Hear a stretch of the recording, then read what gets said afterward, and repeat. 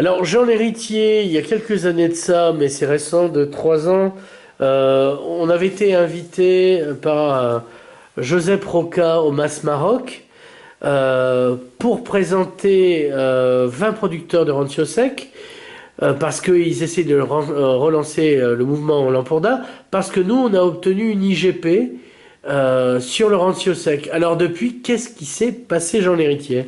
Eh bien non, je vais parler de ce qui s'est passé avant, pour comprendre ce qui s'est passé après. En 2004, on a décidé, un petit groupe d'amis et de vignerons, de sauver le rancio sec, sauver le soldat rancio sec. Donc on a commencé un travail qui consistait d'abord à essayer de remobiliser les énergies et aussi d'attaquer une procédure de reconnaissance par un signe de qualité. Le signe de qualité, c'est l'IGP dans ce cas précis.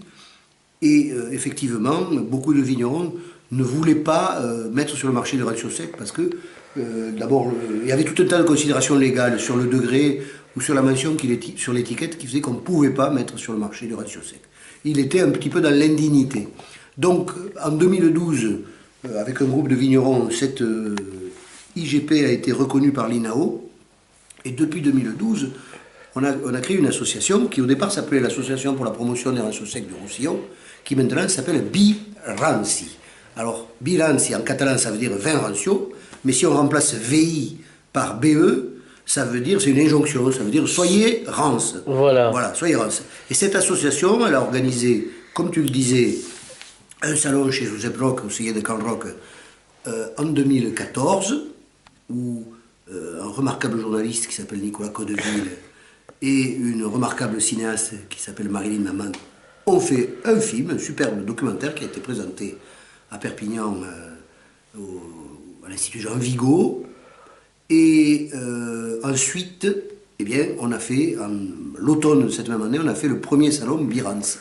Voilà. Et donc, on a mis un peu de temps à faire le deuxième. Le deuxième, c'est la démonstration que le travail qu'on a fait commence à porter ses fruits, puisqu'il y aura 23 producteurs, mais il y aura par exemple des coopératives qui ont commencé à en faire à la suite de l'obtention de l'IGP et qui viendront présenter un peu le travail qu'elles font. Tu parles du cellier de Pénin où eux, ils en sont au préquel. Voilà, alors il y a des coopératives comme celle de Bachas qui avaient des barriques et des foudres de rancio sec et qui hésitaient pour savoir quoi faire, mais elles savaient qu'elles détenaient un petit trésor là. Et puis il y a le cellier de Pénin où le vin est vinifié par notre ami commune Gaël. Oui, voilà. Et là, ils ont commencé ce travail en 2012, mais comme dans le cahier des charges de l'IGP, il faut 5 ans pour avoir droit à l'IGP, eh bien, le vin qu'ils ont commencé à élever Ouais. arrivera à être abouti en 2017 ou 2018. Mais on pourra goûter justement des vins en cours d'élevage. Voilà. Et puis, il faut savoir pour le néophyte que c'est un vin de patience, c'est un vin où on prend son temps pour le boire, on prend son temps pour le boire parce que par exemple c'est un des rares vins que tu peux mettre entamé dans le frigo et qui reste bon pendant 2 mois, alors qu'un vin normal, tu l'entames, au bout de 2 jours il est fusillé. C'est un vin de patience parce que tu l'élèves pendant des années, c'est aussi un vin de patience parce que le paysan il le met dans le fût et puis il voit le vin s'évaporer. Et dans ce cas précis, contrairement aux autres vins, pendant l'élevage, quand le vin s'évapore, on ne refait pas le niveau, puisque c'est un vin qui développe des arômes particuliers grâce à l'oxydation. Et l'oxydation est plus importante lorsque la surface du vin dans le tonneau est plus grande, puisque l'oxydation, c'est le contact avec l'air. Voilà, donc on aura la possibilité de goûter des vieux, parce que certains vignerons en font depuis pas mal de temps. Oui, on en a même des 120 ans d'âge. Il y aura 2 producteurs qui ont des superbes collections. On n'ira pas d'Anjou Bansi, parce que quand même. Oui, et puis il y en a un autre, je ne sais pas s'il viendra, mais qui a un trésor presque aussi, peut-être encore plus...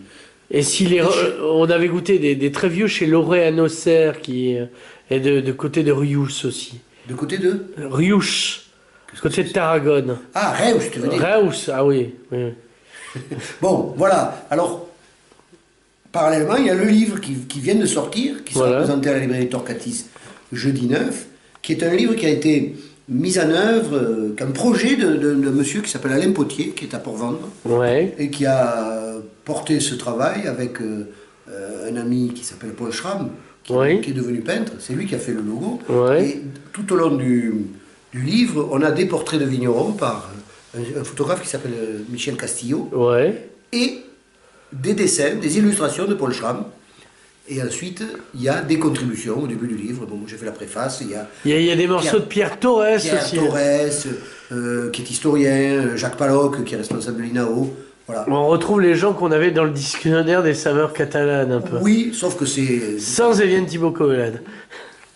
Oui, bon, mais moi je ne fais pas de commentaires sur la dimension diplomatique. Voilà. En tout cas, c'est un très beau livre qui sera présenté au public pour la première fois lundi. Et ensuite, il y aura une signature chez Torcatis. Et puis, c'est le cadeau de Noël idéal. Avec la bouteille qui va avec. Retrouver leurs racines, avec voilà. la bouteille, bien sûr. Il y aura aussi une présentation au comptoir des crus le 22 décembre. Alors, c'est un vin occitan ou un vin catalan, Jean Lheritier? Je dirais que c'est plutôt un vin excitant. Jean Lheritier, merci. Ah, si, non, en fait, pas merci tout de suite, mais on te remerciera, si je puis dire. 2017, Gérone, forum gastronomique. Est-ce que, comme tu avais commencé à Barcelone à négocier avec Pec Palau, il y aura un salon du vin rancio à Gérone 2017 où on est en plein suspense comme la présentation de Hollande. On navigue à vue, on a fait Biranci pour la 2e édition. Ouais. Je pense que si ça a du succès, on le fera tous les ans ou tous les 2 ans, le salon Biranci. Ouais. Ensuite, sur Pepalao, j'ai plutôt des projets sur les races locales pour le salon de Gérone, c'est-à-dire le forum gastronomique à l'automne prochain. Voilà. Et puis, j'ai un projet qui se fera en avril à Perpignan, dont je reparlerai lors d'un prochain reportage. Oui, voilà. Suspense. Un grand projet très beau qui se déroulera à Chapelle Saint-Dominique dans quelques mois. Jean Lheritier, merci. De rien.